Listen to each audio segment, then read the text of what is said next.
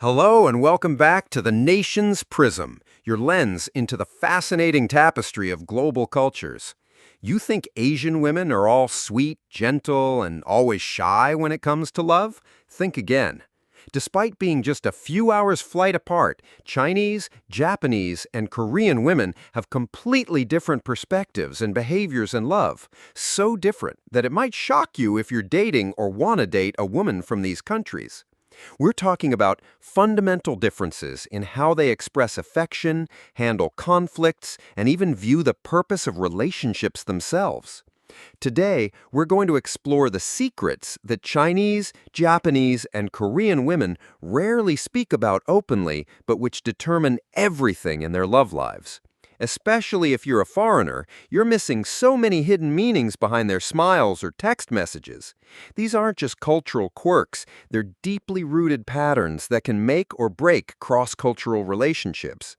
From the way they show they care, to their unspoken rules about who should pay on dates, from their approach to independence versus togetherness, to how they handle arguments, we're diving deep into 5 major secrets that will completely change how you understand East Asian women in love. But here's what's really fascinating. These differences aren't random. They reflect centuries of social evolution, economic pressures, and cultural values that have shaped how an entire generation approaches romance. And if you've ever wondered why that Korean girl texts you constantly, why your Japanese girlfriend seems so independent, or why your Chinese partner wants to know where you are all the time, you're about to get answers. So whether you're currently in a relationship with someone from these cultures, thinking about dating across cultural lines, or just curious about how love works differently around the world, this video will give you insights that most people never discover even after years of cross-cultural dating. Let's start with something that might surprise you right away, how these women actually express their feelings, because it's nothing like what you might expect. Secret number 1. How they express love. Words, actions, or silence. If you think all Asian women express love the same way, you're in for a major surprise. The differences between Korean, Chinese, and Japanese women and how they show affection are so stark, they could be from different planets. Let's start with Korean women. If you're dating a Korean woman, get ready for your phone to never be quiet. Korean women are the most emotionally expressive of the 3 cultures when it comes to love. They'll text you good morning with cute emoticons, send you photos of their food, and tell you I miss you multiple times a day. This isn't clinginess, it's how they show love. In Korean culture, constant communication equals care. They use a rainbow of emoticons, send voice messages, and aren't shy about saying "사랑해," I love you, relatively early in relationships. But here's what foreigners often miss. When a Korean woman stops texting frequently, it's not because she's busy. It's usually a sign something's wrong. The sudden silence is her way of expressing displeasure without direct confrontation.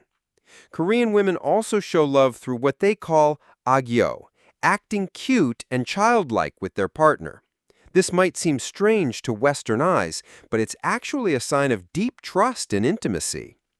Now, Chinese women operate on a completely different frequency.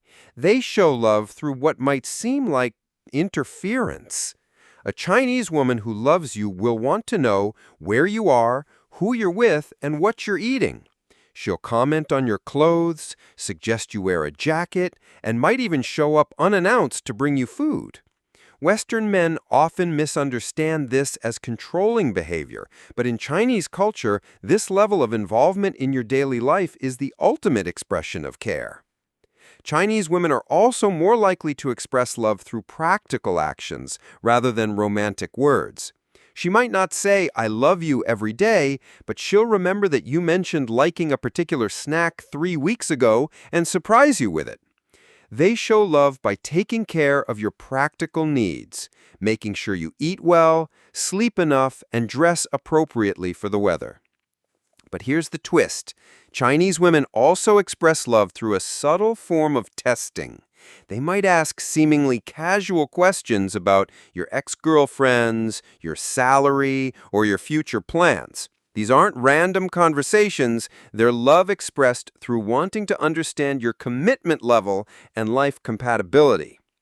Japanese women, they're playing an entirely different game. Japanese women express love through what I call invisible devotion. They're the masters of showing love through actions you might not even notice. A Japanese woman in love will remember exactly how you like your coffee, quietly do your laundry the way you prefer it, and create small handmade gifts that took hours to make, but which she'll present casually as if they're nothing special. The Japanese concept of omotenashi, selfless service, extends deeply into romantic relationships.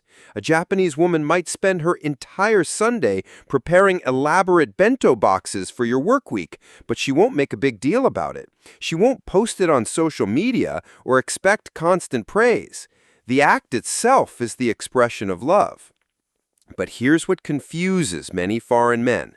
Japanese women are incredibly economical with words of affection. They might be deeply in love, but rarely say it directly. Instead, they'll show it by remembering tiny details about your preferences, by the way they arrange flowers in your apartment, or by how they quietly take care of problems before you even notice them. The silence isn't indifference, it's a different language of love entirely. In Japanese culture, actions speak louder than words, and the most profound love is often expressed through what isn't said, but what is consistently done. This creates a fascinating dynamic. Korean women love loudly, Chinese women love practically, and Japanese women love silently. Understanding which style your partner uses isn't just helpful, it's essential for the relationship's survival. Secret number 2, the unspoken rules of dating. Who takes charge and who pays? Here's where things get really interesting and where many cross-cultural relationships hit their first major roadblock. Each of these cultures has completely different expectations about dating dynamics, and getting it wrong can end a relationship before it even starts. Korean women have perhaps the most complex dating expectations. On the surface, Korean dating culture might seem traditional. Korean women often expect men to pay for dates, especially in the early stages of a relationship. But here's the nuance that most foreigners miss. This isn't about money, it's about demonstrating seriousness and investment in the relationship. A Korean woman who lets you pay for everything isn't being materialistic. She's testing whether you're genuinely interested in pursuing something serious with her. In Korean culture, a man who splits bills on early dates is often seen as someone who's not ready for commitment. But here's the beautiful balance. Korean women reciprocate this investment in ways that might surprise you. Once a Korean woman accepts your financial investment in dates, she'll often go above and beyond in other ways. She'll cook elaborate meals for you, buy you thoughtful gifts, and invest significant time and emotional energy into the relationship. Korean women also have a tradition called couple culture, where they'll buy matching outfits, phone cases, and accessories for both of you. This isn't just cute, it's their way of publicly claiming the relationship and showing equal investment. But there's a crucial timing element. As relationships progress, Korean women increasingly expect more equality in expenses. A Korean woman who's been dating you for 6 months and you're still insisting on paying for everything might actually feel uncomfortable, like the relationship is becoming transactional rather than partnership-based. Chinese women operate under different pressures entirely. The financial expectations in Chinese dating culture are often more intense, but they come from a place of practical concern rather than tradition. Chinese women, especially those in major cities like Beijing or Shanghai, face enormous social pressure to find financially stable partners. This isn't shallow materialism, it's survival strategy. In Chinese culture, a woman's choice of partner reflects not just on her, but on her entire family. Chinese parents often evaluate potential sons-in-law based on their ability to provide financial security, buy an apartment, and support future children. So when a Chinese woman seems focused on your financial situation, she's often thinking about family approval and long-term stability. But here's what many foreign men don't understand. Chinese women also bring significant financial contributions to relationships. Many Chinese women are highly educated, career-focused, and earn substantial incomes. They're not looking for someone to support them. They're looking for someone who can match their ambition and contribute equally to building a life together.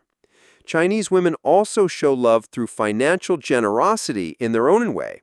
They might insist on paying for certain things, like groceries or household items, as their way of contributing to the relationship. Refusing to let them contribute can actually be insulting, as it suggests you don't see them as equal partners.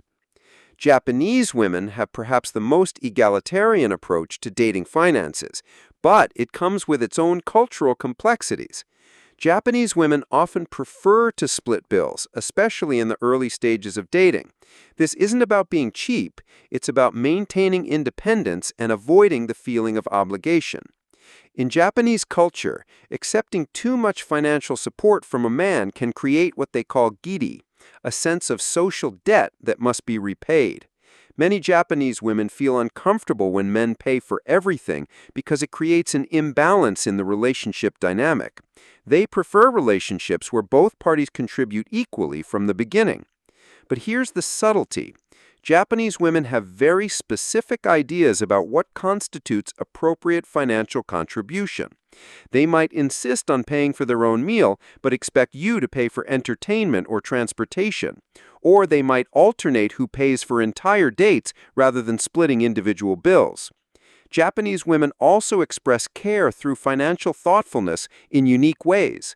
They might spend considerable money on perfectly chosen gifts for you or invest in experiences they think you'll enjoy together, but they'll often downplay these expenses, presenting them casually to avoid making you feel obligated to reciprocate at the same level.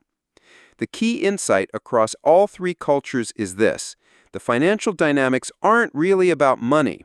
They're about respect, equality, and demonstrating commitment. Korean women want to see investment as proof of seriousness. Chinese women need to see financial compatibility for long-term planning. Japanese women want to maintain independence while building partnership. Getting these dynamics wrong doesn't just create awkward moments. It sends messages about your understanding of the relationship's importance and your respect for cultural values. Secret number 3. Independence versus togetherness, the invisible boundaries of love. This is where cultural differences become absolutely fascinating and where many cross-cultural relationships either thrive or completely fall apart. The level of independence versus togetherness that women from these three cultures expect in relationships is so different, it's like they're playing by entirely different rule books. Chinese women often confuse foreign partners because their approach to relationship independence seems contradictory. On one hand, Chinese women are incredibly ambitious, career-driven, and financially independent. Many Chinese women today are highly educated, earn substantial incomes, and have no intention of giving up their professional lives for relationships. But here's the cultural twist. This professional independence doesn't translate to emotional independence in relationships. Chinese women often expect what foreigners might consider an unusually high level of daily connection and involvement. A Chinese woman who loves you will want to know your schedule, will expect regular check-ins throughout the day, and might feel hurt if you make plans without consulting her first.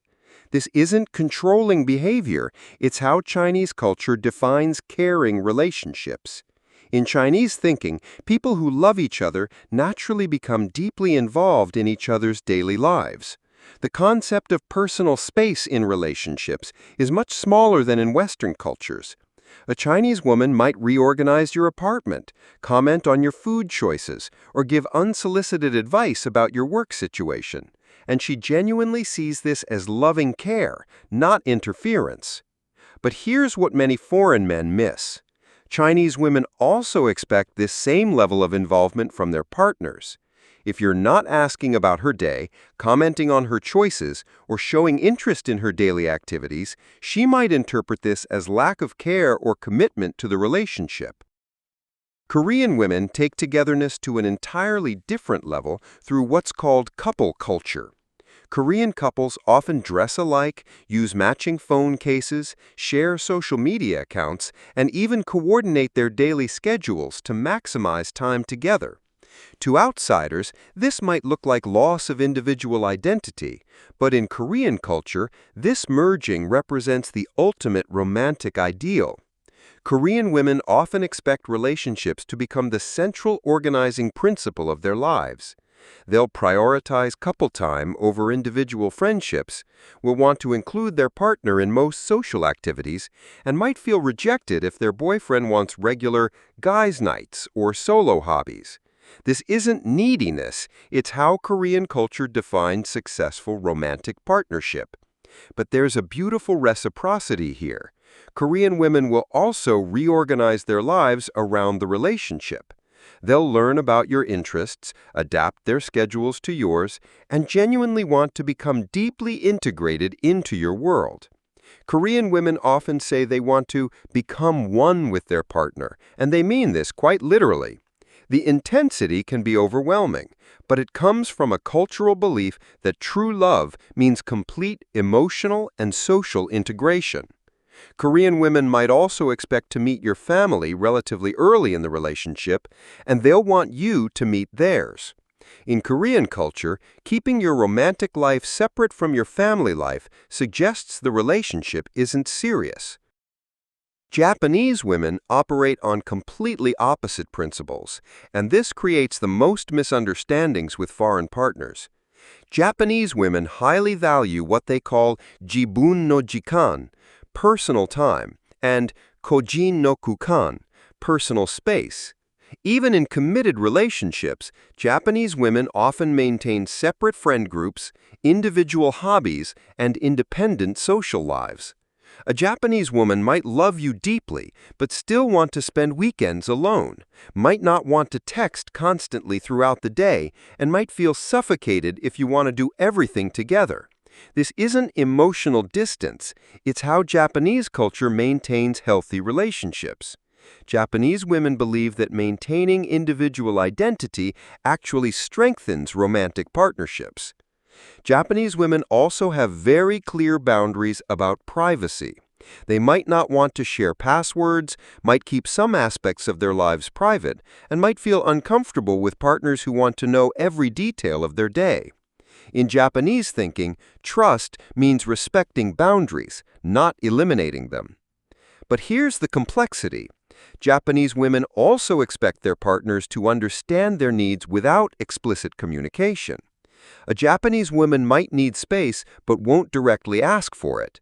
She might feel overwhelmed by too much togetherness but will try to accommodate rather than create conflict. Reading these subtle signals is crucial for relationship success. The fascinating paradox is that Japanese women often show the deepest commitment through maintaining independence. A Japanese woman who keeps her own interests, maintains her friendships, and preserves her individual identity while choosing to be with you is actually demonstrating the highest form of love. She's choosing you not because she needs you, but because she genuinely wants you in her life. Understanding these different approaches to independence isn't just helpful, it's essential. Trying to impose Western relationship dynamics on these cultural frameworks or expecting all three cultures to operate the same way is a recipe for confusion and heartbreak. Secret number 4. Conflict and communication. Silence, directness, or social media drama. Here's where cross-cultural relationships either learn to thrive or completely implode. How women from these three cultures handle disagreements, express anger, and communicate problems is so fundamentally different that what works in one culture can be relationship suicide in another. Korean women are perhaps the most emotionally expressive when conflicts arise, but their expression follows very specific cultural patterns that foreigners often misinterpret. When a Korean woman is upset, she's likely to show it clearly through her tone, facial expressions, and body language. Korean culture actually encourages emotional expression in relationships. Bottling up feelings is seen as unhealthy and potentially relationship damaging. But here's the cultural nuance. Korean women often express anger through what might seem like cute or dramatic behavior to outsiders. They might pout, use aegyo, cute behavior, to express displeasure or become temporarily dramatic about the issue. This isn't manipulation, it's a culturally acceptable way to express negative emotions while maintaining relationship harmony. Korean women also have a concept called nunchi, social awareness and emotional intelligence. They expect their partners to pick up on subtle emotional cues and respond appropriately. A Korean woman might not say directly, "I'm angry that you forgot our anniversary," but she'll expect you to notice her changed behavior and address the issue proactively. When Korean women are truly upset, they might also use social media as a communication tool. Posting cryptic messages, changing relationship status, or sharing emotional quotes isn't necessarily attention-seeking. It's their way of expressing feelings they can't communicate directly. In Korean culture, this indirect communication gives both parties a way to address problems without direct confrontation. But here's what foreign partners need to understand. Korean women usually want resolution quickly. They don't like prolonged tension and will often prefer to have an emotional conversation and clear the air rather than let issues fester. The key is responding to their emotional expression with empathy rather than logic. Chinese women handle conflict through what might seem like indirect communication, but it's actually a sophisticated system of testing and evaluation. When a Chinese woman is upset, she might not tell you directly. Instead, she might ask seemingly unrelated questions, bring up past issues, or create scenarios to test your responses. This isn't passive-aggressive behavior. It's how Chinese culture handles face-saving while addressing relationship problems. Direct confrontation can cause loss of face for both parties, so Chinese women often prefer to communicate problems through implications, suggestions, or hypothetical scenarios. A Chinese woman might say something like, "My friend's boyfriend always remembers to call when he's going to be late," instead of directly saying, "You should have called me." She's giving you the opportunity to understand and correct the behavior without forcing a direct confrontation that could embarrass either of you. Chinese women also use social media and mutual friends as communication channels during conflicts. They might share articles about relationship expectations, post quotes about respect in relationships, or discuss their feelings with mutual friends, expecting this information to reach their partner indirectly. This isn't drama, it's face-saving communication. But here's the crucial insight. Chinese women are often testing your emotional intelligence and commitment during conflicts. How you respond to indirect communication, whether you pick up on subtle cues, and how much effort you put into understanding their perspective all factor into their evaluation of the relationship's long-term potential. Japanese women present the most challenging communication style for foreign partners because they often handle conflict through silence and withdrawal. When a Japanese woman is upset, she might become quieter, more polite, and emotionally distant. This isn't the silent treatment as punishment. It's how Japanese culture processes negative emotions while maintaining social harmony. Japanese women often need time and space to process their feelings before they can discuss problems. Pushing for immediate resolution or demanding that they express their emotions directly can actually make the situation worse. In Japanese culture, forcing someone to express negative emotions before they're ready is considered aggressive and disrespectful. The challenge is that Japanese women might never directly address the conflict. They might process their feelings internally, decide whether the issue is worth addressing, and either let it go or gradually distance themselves from the relationship. This can be incredibly frustrating for foreign partners who prefer direct communication. But here's the key to understanding Japanese conflict resolution. Japanese women often communicate through changes in behavior rather than words. They might become more formal in their language, less physically affectionate, or less available for social activities. These behavioral changes are their way of expressing displeasure and giving their partner the opportunity to recognize and address the problem. Japanese women also highly value partners who can recognize when something is wrong without being told directly.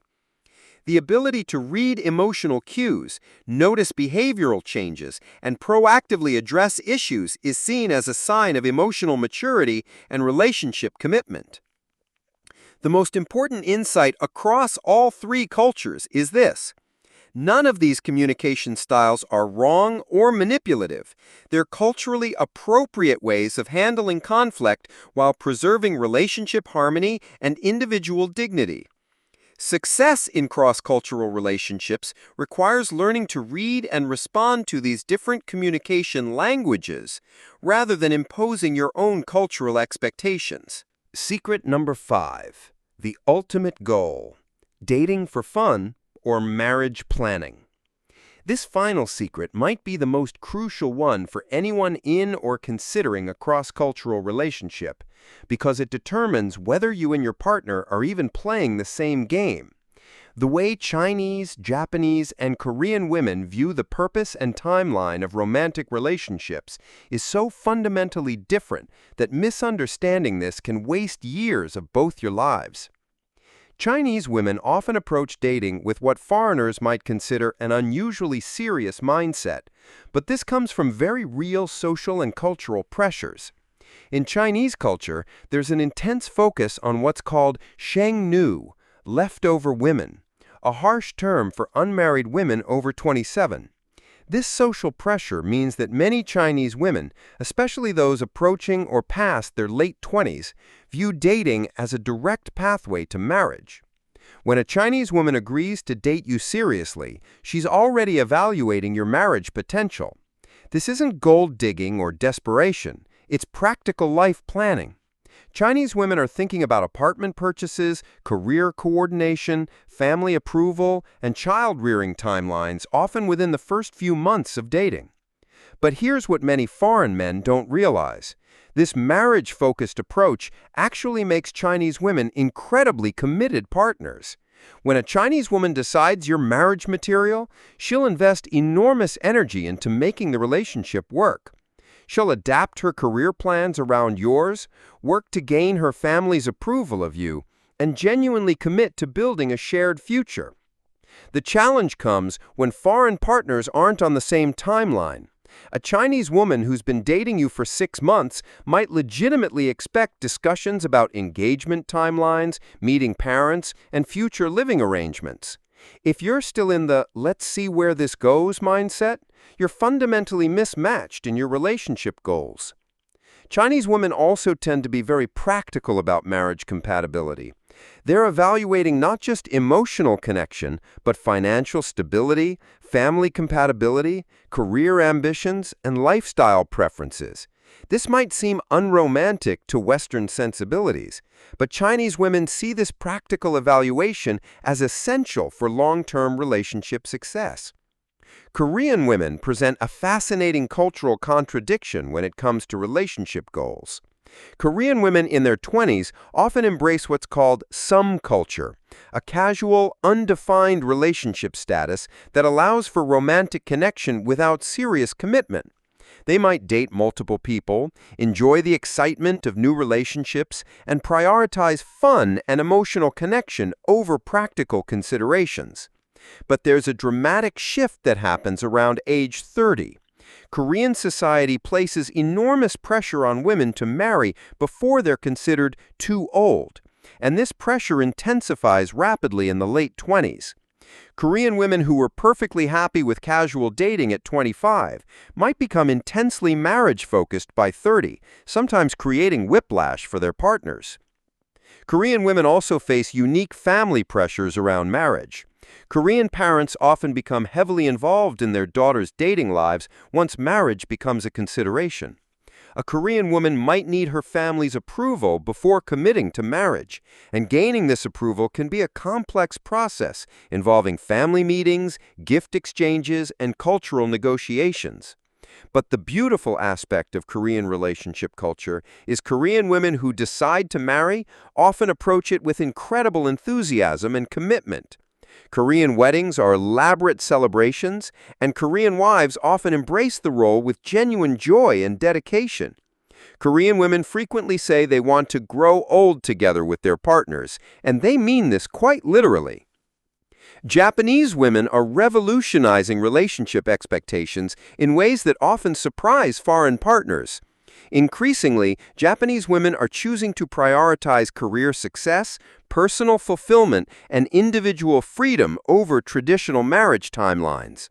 Many Japanese women today are perfectly content with long-term relationships that never lead to marriage, or they're choosing to marry much later in life, if at all. This shift represents a dramatic change from previous generations. Modern Japanese women often view marriage as one option among many, rather than as the ultimate relationship goal. They might be deeply committed to a romantic partner while having no interest in legal marriage, shared finances, or traditional family structures. But here's the complexity. Japanese women who do choose marriage often expect it to be a true partnership of equals. They're not looking for someone to take care of or to take care of. They want genuine companionship and mutual support. Japanese women might delay marriage for years until they find someone who truly understands and respects their individual goals and values. The most crucial insight for cross-cultural relationships is understanding that these different approaches to relationship goals aren't right or wrong. They're responses to different cultural pressures, social expectations, and personal values. A Chinese woman's focus on marriage timelines isn't desperation, it's practical planning. A Korean woman's shift from casual to serious isn't inconsistency, it's cultural adaptation. A Japanese woman's independence isn't emotional unavailability, it's self-respect. Success in cross-cultural relationships requires honest conversations about these fundamental differences early in the relationship before emotional investment makes these conversations more difficult and painful. Conclusion: the hidden language of love across cultures. So there you have it. 5 secrets that reveal just how differently Chinese, Japanese, and Korean women approach love, relationships, and romance. These aren't just cultural quirks or interesting differences to note in passing. These are fundamental frameworks that shape how an entire generation of women thinks about love, expresses affection, handles conflict, and plans their futures. What we've discovered is that the stereotype of the submissive Asian woman couldn't be further from the truth. Korean women love with passionate intensity and clear expectations. Chinese women love with practical wisdom and long-term vision. Japanese women love with thoughtful independence and careful consideration. Each approach is sophisticated, intentional, and deeply rooted in cultural values that have evolved over centuries. But here's the most important takeaway. None of these approaches is better or worse than the others. They're simply different languages of love, each with its own logic, beauty, and complexity. The problems arise not from these differences themselves, but from the assumptions and misunderstandings that happen when people from different cultures try to love each other using only their own cultural playbook. Understanding these differences isn't just about becoming a better cross-cultural dater. It's about recognizing that love itself is culturally constructed. The way we express affection, handle disagreements, view independence, and plan for the future are all learned behaviors shaped by the societies we grow up in. When we understand this, we become not just better partners, but more empathetic human beings. For anyone currently in a cross-cultural relationship or thinking about entering one, the key insight is this. Success requires genuine curiosity about your partner's cultural background, patience with different communication styles, and willingness to adapt your own expectations. It means asking questions instead of making assumptions, observing patterns instead of judging behaviors, and recognizing that your way of loving isn't the only valid way. These cultural differences also reflect broader social changes happening across East Asia. Women in these societies are navigating traditional expectations while creating new definitions of independence, success, and fulfillment. They're balancing family pressures with personal ambitions, cultural values with individual desires, and traditional roles with modern opportunities. Understanding their approach to love means understanding these larger cultural negotiations. The beauty of cross-cultural relationships lies not in overcoming these differences, but in learning to appreciate and work with them. When a Korean woman texts you constantly, she's sharing her cultural language of care. When a Chinese woman wants to know your daily schedule, she's expressing love through involvement. When a Japanese woman maintains her independence, she's showing you the highest form of trust and commitment her culture recognizes. That's all for today on the Nations Prism. What surprised you the most? Share your thoughts in the comments below. Don't forget to like, subscribe, and hit that notification bell so you never miss another cultural deep dive. Share this video with a friend who needs to see this. Until next time, keep exploring.